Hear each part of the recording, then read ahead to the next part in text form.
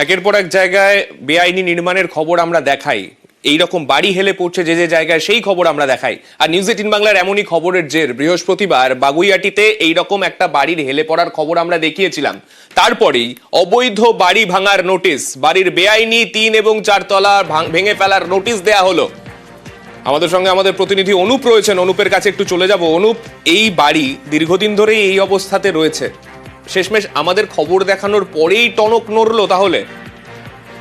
News 18 বাংলার খবরের যেরকম নিউজ 18 বাংলায় খবর সম্প্রচার হওয়ার পরবর্তী ক্ষেত্রে কিন্তু একেবারে টনক নড়ল পৌরসভার, এমনটাই বলা চলে। কারণ যে বেআইনি ভাবে নির্মাণ হচ্ছে কিন্তু খোদ পৌরসভা তারাই কিন্তু এখন স্বীকার করছে।